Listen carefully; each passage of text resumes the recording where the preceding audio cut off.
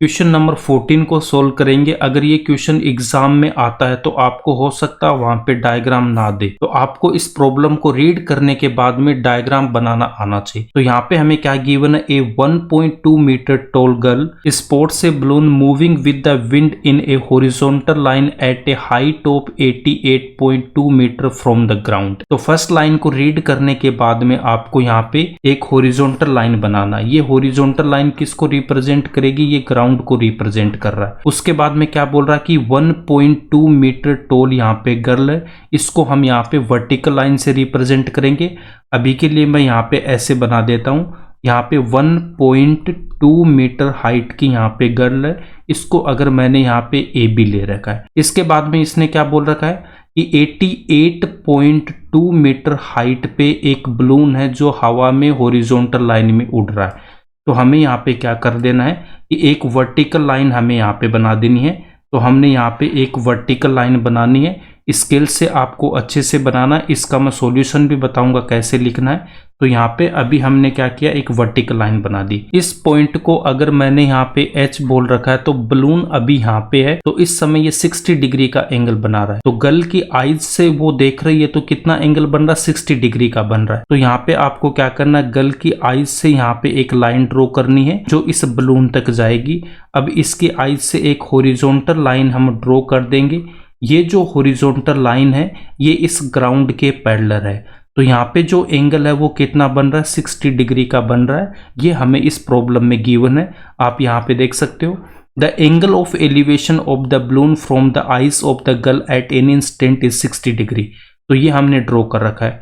After some time, कुछ समय के बाद में, the angle of elevation reduces to 30 degree. Find the distance travelled by the balloon during the interval. तो कुछ समय बाद में जो एंगल है वो कितना रह जाएगा, 30 डिग्री का रह जाएगा।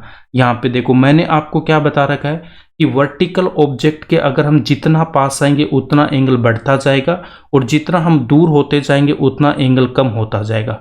अब ये जो बलून है यहाँ पे एच पोजीशन पे, अब ये हॉरिजॉन्टल लाइन में यहाँ पे हवा के साथ ये उड़ रहा है। तो कुछ समय के बाद में ये यहाँ पे आ जाता है और इस पॉइंट को मैं जी बोल देता हूँ। बलून की ग्राउंड से हाइट हमें गिवन है 88.2 मीटर और यहाँ पे भी जो बलून की हाइट है वो हमारी सेम रहेगी।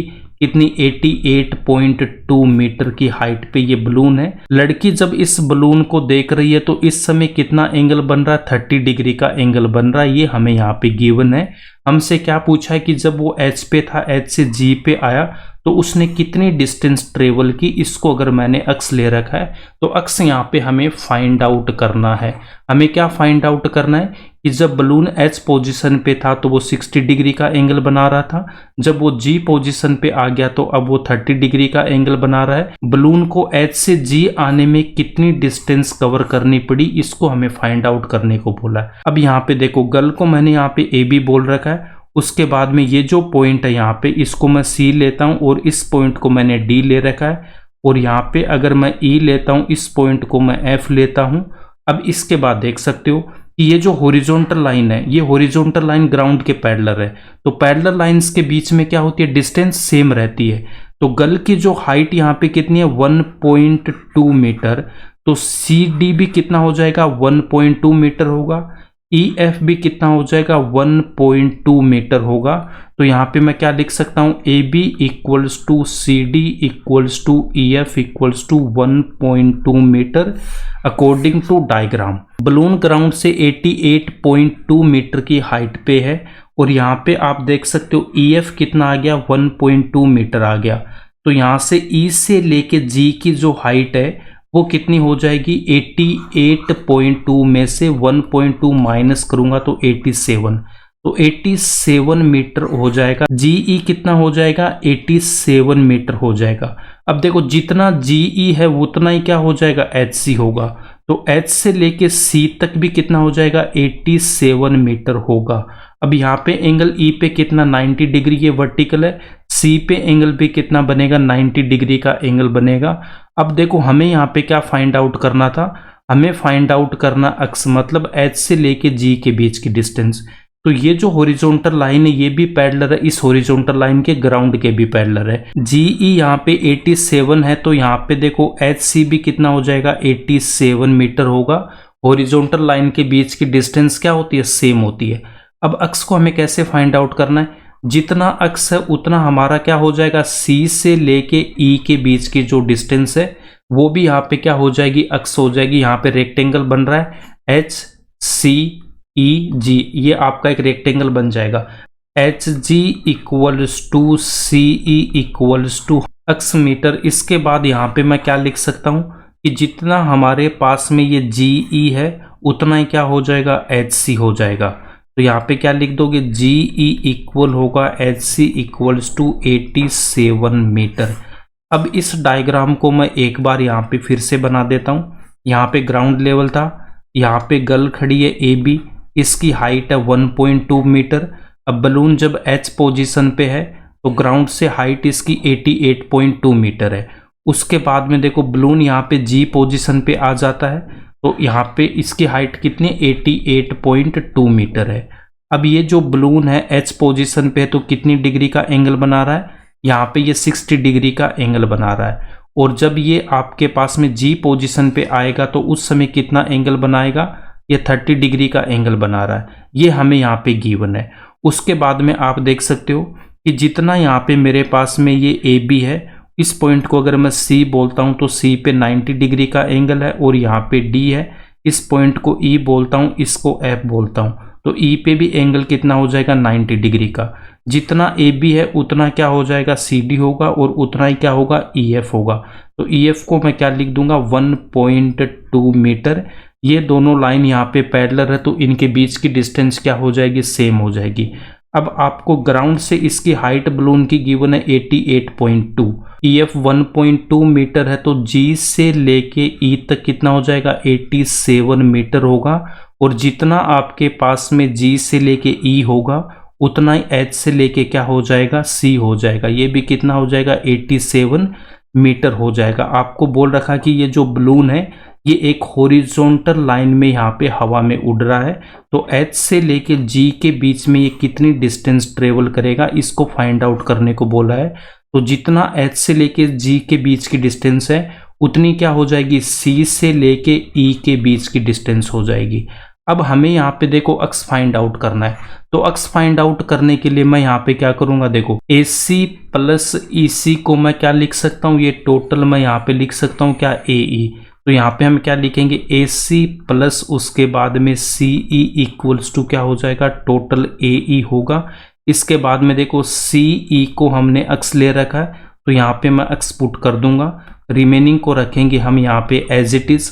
तो अक्स की वैल्यू क्या आ जाएगी, ए ई माइनस ए सी, इसको हम बोल देंगे इक्वेशन नंबर 1।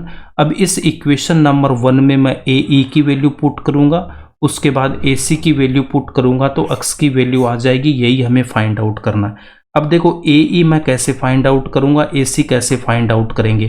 तो ए ई आपके पास में ये जो 30 डिग्री वाला एंगल है उसमें आ रहा है, ये जो बड़े वाला जो आपका राइट ट्राइंगल बन रहा है ना, ए ई जी वाला, इसमें आ रहा आपके पास में ए ई। तो इसको मैं यहाँ पे फिर से बना लेता हूँ, ट्राइंगल ए ई जी। तो यहाँ पे हमने ले रखा है ए, यहाँ पे ई, और यहाँ पे आपके पास में जी आ जाएगा। ए को जी से मिलाऊंगा, ये एंगल 30 डिग्री का है। उसके बाद में ई पे एंगल 90 डिग्री का, जी से ई कितना 87 मीटर है। इसके बाद में और कोई इन्फॉर्मेशन है क्या, और हमें कोई इन्फॉर्मेशन नहीं गिवन है इसकी, ठीक है। इसके बाद में यहाँ पे एक ट्राइंगल और है, हमें क्या फाइंड आउट करना था, ए सी। तो ए सी कहाँ पे आ रहा, देखो ए से लेके सी, ये जो 60 डिग्री वाला, ये जो छोटा वाला ट्राइंगल है इसमें ए सी आ रहा है। तो इसको हम यहाँ पे ड्रॉ कर लेंगे, ट्राइंगल ए सी एच। तो यहाँ पे मैंने क्या लिख लिया, ए, यहाँ पे सी, और यहाँ पे मैं एच लिख लूंगा। ए को मैं जब एच पे देखता हूँ तो कितना एंगल बन रहा है, 60 डिग्री का। सी वर्टिकल है तो 90 डिग्री, और सी एच है वो भी कितनी हो जाएगी, 87 मीटर। देखो जो सी एच या एच सी है वो कितना, 87 मीटर। एच सी यहाँ पे कितना, 87 मीटर है। अब इन दोनों ट्राइंगल से हम देखो, फर्स्ट वाले ट्राइंगल से तो मैं ए ई फाइंड आउट करूंगा, सेकंड वाले ट्राइंगल से मैं ए सी फाइंड आउट करूंगा। इक्वेशन नंबर 1 में पुट कर दूंगा तो आंसर आ जाएगा। अब इसको सोल्व करने के लिए क्या बता रखा है, 90 डिग्री के सामने क्या होता है, हाइपोटेनियस या फिर करंट। यहाँ पे भी 90 के सामने क्या लिख दूंगा, हाइपोटेनियस। 30 डिग्री के सामने क्या हो जाएगा, परपेंडिकुलर। यहाँ पे 60 डिग्री के सामने परपेंडिकुलर या फिर लंब। 30 डिग्री 90 डिग्री जिस लाइन पे होता है उसको हम बेस या फिर आधार बोलेंगे, इसको बी से रिप्रेजेंट करूंगा। 60 डिग्री 90 डिग्री जिस पे, उसको हम क्या बोलेंगे, बेस बोलेंगे। अब ये जो ट्राइंगल AEG है, इस ट्राइंगल में आप देख सकते हो हमें क्या फाइंड आउट करना, base equals to AE find out करना है। उसके बाद यहाँ पे मुझे क्या गिवन है, यहाँ पे परपेंडिकुलर गिवन है, परपेंडिकुलर इक्वल्स टू 87 मीटर।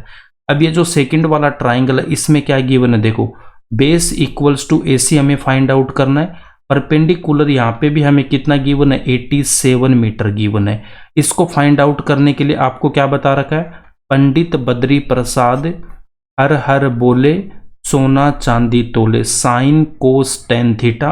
अब यहाँ पे आप क्लियरली देख सकते हो मेरे पास में बेस है, परपेंडिकुलर है, यहाँ पे भी बेस है, परपेंडिकुलर है।